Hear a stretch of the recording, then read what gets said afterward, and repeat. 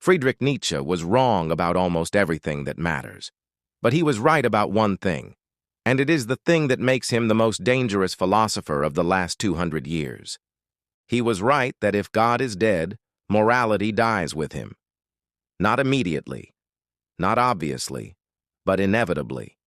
That if there is no transcendent lawgiver, no fixed human nature, no eternal standard of good and evil, then what we call morality is nothing more than a power struggle dressed up in noble language. The weak calling their weakness virtue. The strong being shamed into restraint they do not believe in. Nietzsche saw this clearly, more clearly than most of his atheist successors who wanted to keep the fruit of Christian ethics while chopping down the tree.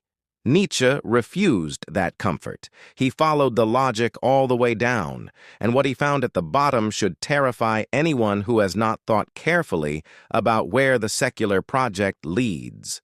Welcome to Sovereign Reason. Today we take Nietzsche seriously, and then we let John Calvin answer him. Friedrich Nietzsche was a 19th-century German philosopher who has probably been more misunderstood, misquoted, and misused than any thinker in history. He was not a Nazi. The Nazis hijacked his ideas after his death, and his sister, who was a Nazi sympathizer, helped them do it. Nietzsche himself despised German nationalism and anti-Semitism. Getting that on the record matters. What Nietzsche actually argued was this. European civilization had been built on Christian foundations, on the belief that human beings have inherent dignity, that truth is something we are obligated to pursue, that compassion and justice are real goods. But by the 19th century, educated Europeans had largely stopped believing in God while continuing to act as if Christian morality still made sense. Nietzsche called this out as intellectual cowardice. You cannot have Christian ethics without Christian metaphysics. The values do not survive the amputation of their roots. His famous declaration that God is dead was not a celebration. It was a diagnosis, and it came with a warning. If we do not find new foundations for value, civilization will collapse into nihilism. His proposed solution was the Übermensch, the overman, a new kind of human being who creates his own values rather than inheriting them from a tradition he no longer believes. Now here is what is striking. Nietzsche's diagnosis was largely correct. His prescription was catastrophic, and Calvin's theology explains precisely why. Let's give Nietzsche full credit where he deserves it. He was absolutely right that you cannot separate Christian ethics from Christian theology. The two stand or fall together. The belief that every human being has dignity and worth does not emerge from a materialist universe. It emerges from the conviction that every human being is made in the image of God. The belief that truth is worth pursuing at personal cost does not emerge from evolutionary biology. It emerges from the conviction that there is a God who is himself truth and who made human minds capable of knowing him. Nietzsche was also right that his contemporaries were living on borrowed capital, a phrase that should sound familiar if you watched our episode on Camus and Van Til. The secular West was spending an inheritance it had stopped believing in, and Nietzsche, to his credit, refused to pretend otherwise. Reformed theology stands in full agreement with this part of Nietzsche's analysis. The Westminster Confession declares that God alone is the Lord of the conscience. John Calvin, in his Institutes, roots all genuine knowledge of good and evil in the knowledge of God. Remove God, and you do not get a neutral moral landscape. You get a vacuum that will be filled by whoever has the most power and the loudest voice. If you are finding this kind of thinking valuable, please take a moment right now to like this video and subscribe to Sovereign Reason. It genuinely helps this channel reach people who are wrestling with these exact questions. Now, back to Nietzsche. But here is where Nietzsche goes off the rails, and goes off them at full speed. Having correctly diagnosed the problem, Nietzsche proposed a solution that was worse than the disease.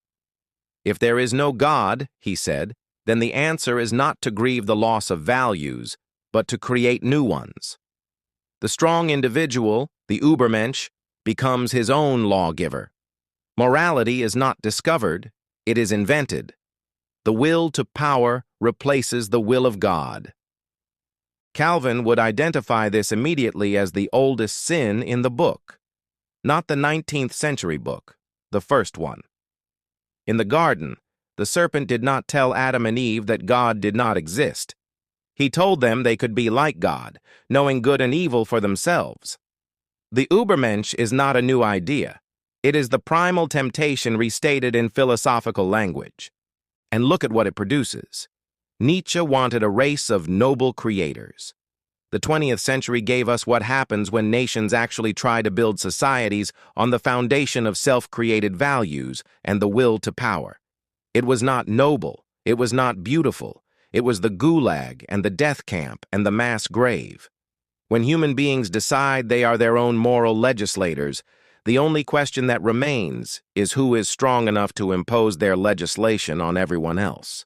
Nietzsche himself would have been horrified by what was done in the shadow of his ideas, but Calvin would have said, "This is not a misapplication of the philosophy. This is its logical destination. A morality built on human will rather than divine law has no internal brakes. It goes wherever the strongest will drives it." John Calvin opens his Institutes with one of the most profound observations in the history of theology. Nearly all the wisdom we possess, he writes, consists of two parts, the knowledge of God and the knowledge of ourselves. And these two are bound together. You cannot truly know one without the other. This is Calvin's answer to Nietzsche at the deepest level. Nietzsche thought that killing God would liberate human beings to discover and create themselves. Calvin understood that it would do the opposite. It would make genuine self-knowledge impossible. Because you cannot understand what a human being is, what we are for, what our dignity consists in, what our failures mean, without reference to the God in whose image we are made.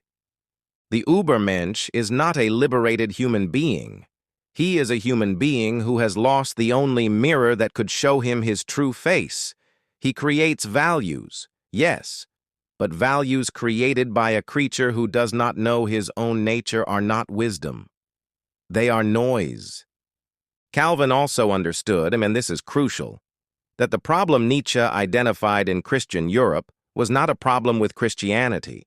It was a problem with nominal Christianity, a church that had become culturally dominant and spiritually hollow. Calvin spent his entire ministry fighting exactly that. True Reformed Christianity does not produce the weak, resentful, life-denying religion that Nietzsche attacked.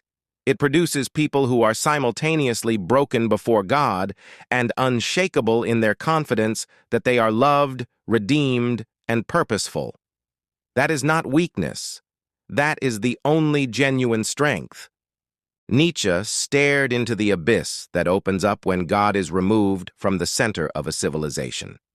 He described what he saw with terrifying clarity and honesty.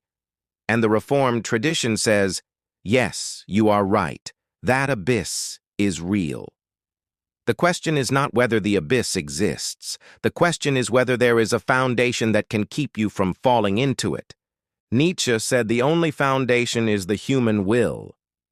Calvin said the only foundation is the living God, the God who is not a projection of human desire, not a crutch for the weak, but the actual ground of being, the source of all genuine value, the one in whom alone human dignity and human purpose make any sense at all.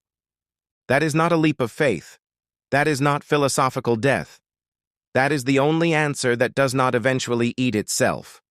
Before you go, I want to ask you something, and I would genuinely love to read your answer in the comments. Do you think Nietzsche was right that modern secular society is still living on borrowed Christian capital? Or do you think the secular West has successfully built a foundation for morality without God? Leave your thoughts below. May you have the strength for today and bright hope for tomorrow. See you next time on Sovereign Reason.